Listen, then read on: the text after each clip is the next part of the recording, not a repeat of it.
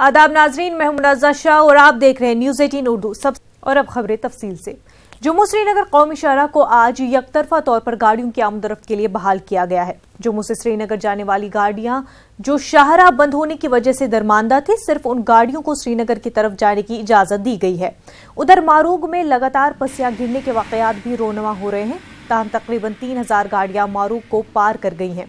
वाज़ेह है कि जम्मू श्रीनगर कौमी शाहराह तकरीबन एक हफ्ते के बाद यकतरफा तौर पर गाड़ियों की आमदोरफ्त के लिए खोल दी गई है। शाहराह पर हजारों मुसाफिर और माल बरदार गाड़ियां दरमानदा हैं।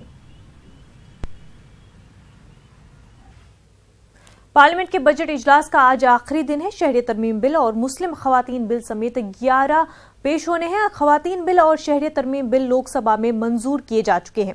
राज्यसभा में उन्हें मंजूर किया जाना है। अगर आज ऐवान बाला में ये दोनों बिल मंजूर नहीं होते तो गिर जाएंगे। ख्याल रहे कि शहरी तरमीम बिल और तलाक सलासा बिल के खिलाफ एहतजाज का सिलसिला जारी है।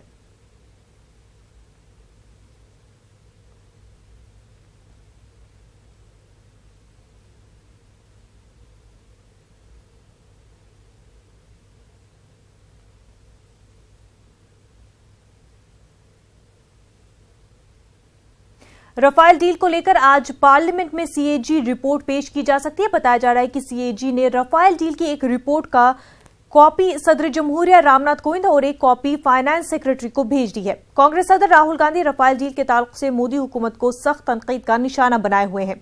सीएजी रिपोर्ट की कॉपियां पार्लियामेंट पहुंचाई जा चुकी हैं।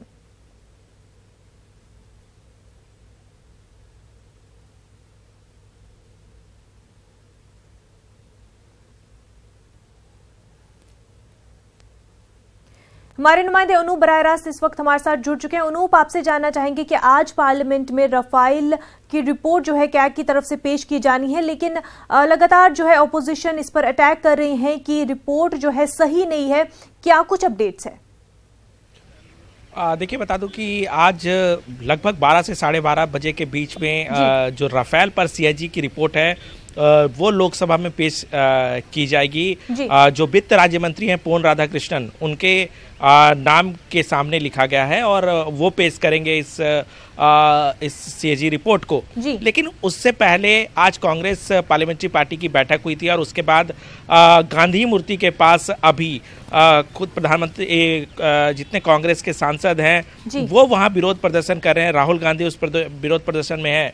तो साफ तौर से सीएजी का जो रफाल डील पर सीएजी की रिपोर्ट है और रफाल डील का जो मसला है उस पर लगातार विपक्ष सरकार को कटघरे में खड़ा करने की कोशिश कर रही है। और जैसे ही सीएजी की रिपोर्ट पेश की जाएगी, ये कह सकते हैं कि ये जो बवाल है, ये जो हंगामा है और बढ़ेगा।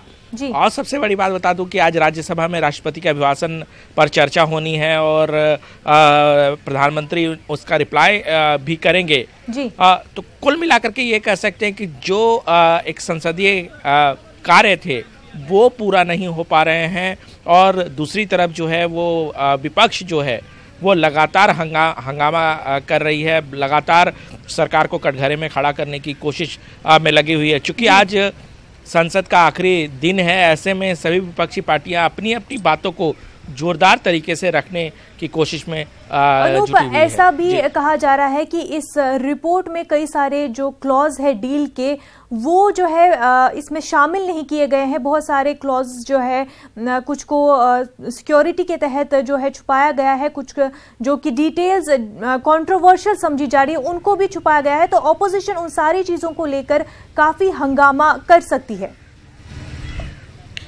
देखिए, चूंकि अभी तक इस रिपोर्ट को पेश नहीं किया गया है, ऐसे में टेक्निकल तौर पर इस सीएजी की रिपोर्ट में क्या है और क्या नहीं है ये बताना ठीक नहीं कहा जा सकता। लेकिन जो सूत्रों के हवाले से कहा जा रहा है कि जो रफाल डील हुई है उसमें सरकार की तारीफ की गई है। कई जो डिफेंस डील हुए हैं इससे पहले उसका कंपैरिजन किया गया है और उसमें बताया गया है कि किस तरीके से ये फ़ायदेमंद डील रहा है और सरकार जो है कम कीमत पर इसकी खरीद की है। तो कुल मिलाकर तारीफ की गई है। लेकिन जिस तरीके से लगातार कांग्रेस और राहुल गांधी एक तरह से सरकार को घेरने की कोशिश में लगी हुई है। लगातार रफाल डील के अलावा बाकी सारे जो डील्स मेंशन की गई है, जिनके कंपैरिजन में दिखाया गया है, उनकी प्राइसिंग जो है बताई गई है रिपोर्ट में, रफाल की छुपाई गई है प्राइसिंग।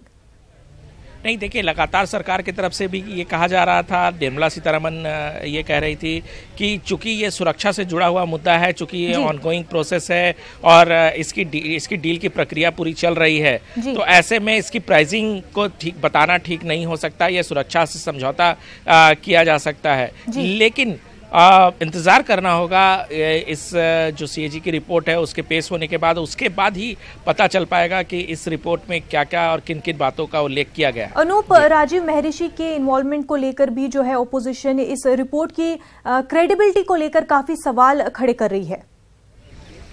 बिल्कुल, देखिए, राजीव महर्षि की क्रेडिबिलिटी पर सवाल खड़े किए जा रहे हैं। इसके अलावा जिस तरीके से राहुल गांधी ने कल कह दिया कि ये तो चौकीदार ऑडिटर जनरल की रिपोर्ट ये हो सकता है, तो कुल मिलाकर के पहले से विपक्ष इस बात को लेकर तैयार है कि इस रिपोर्ट में बहुत ज़्यादा उनके पक्ष में बातें नहीं कही जाएगी, क्योंकि लगातार कांग्रेस और दूसरी विपक्षी पार्टियों की तरफ से ये कहा जा रहा है कि राफेल डील में बहुत बड़ा हेराफेरी की गई है और सीएजी की रिपोर्ट एक बहुत बड़ा आधार बन सकता था। लेकिन इस सीएजी की रिपोर्ट में इस तरह की कोई बात नहीं कही गई है, जो सूत्रों के हवाले से पता चल पा रहा है। तो ये कह सकते हैं कि विपक्ष को मायूसी हाथ लग सकती है, क्योंकि इससे पहले सुप्रीम कोर्ट में ये मामला आ चुका है और सुप्रीम कोर्ट में भी इस मामले पर क्लीन चिट मिल चुका है। तो सरकार उत्साहित है, बीजेपी उत्साहित है कि जिस तरह से विपक्ष और राहुल गांधी इसको मुद्दा बनाए हुए है, जो सुप्रीम कोर्ट हो या फिर सीएजी हो, इस मसले पर कोई किसी तरह की खोट नहीं खोज पा रहा। जी अनूप, बहुत बहुत शुक्रिया आपका तफसीलात फराहम करने के लिए।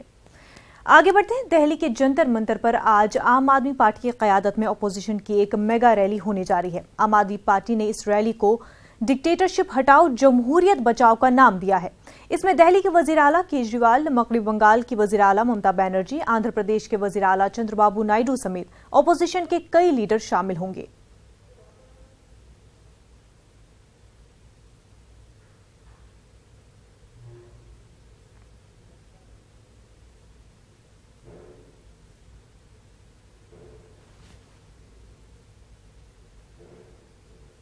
मगरबी बंगाल की वजीर आला ममता बनर्जी तानाशाही हटाओ देश बचाओ सत्याग्रह में शिरकत करने आ रही हैं। दिल्ली में बंगला भवन और जंतर मंतर पर ममता के पोस्टर लगाए गए हैं, जिसमें उन पर तंज कसा गया है। पोस्टर यूथ फॉर डेमोक्रेसी की जानिब से लगाए गए हैं।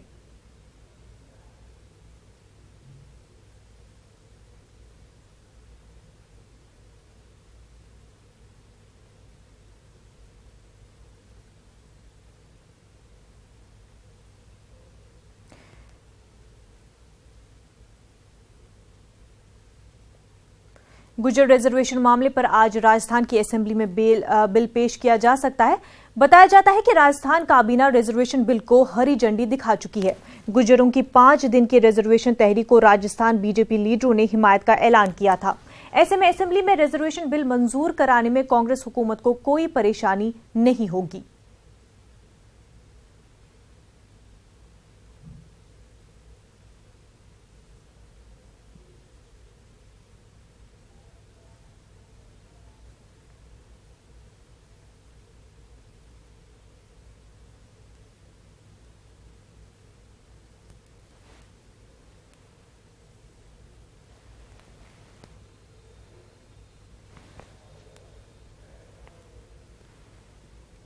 नाज़रीन, गुर्जर रिजर्वेशन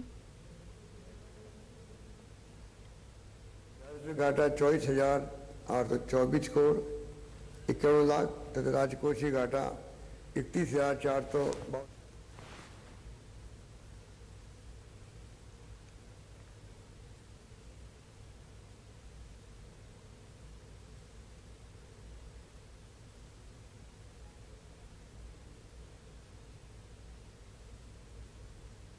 आगे बढ़ते हैं। रॉबर्ट वाड्रा पूछताछ के लिए जयपुर के ईडी ऑफिस पहुंच चुके हैं। गुज़िश्ता रोज भी ईडी ने कोलायत जमीन मामले में वाड्रा से 9 घंटे तक पूछताछ की थी। वाड्रा की मां मोरिन वाड्रा से भी ईडी ने 2 घंटे पूछताछ की थी।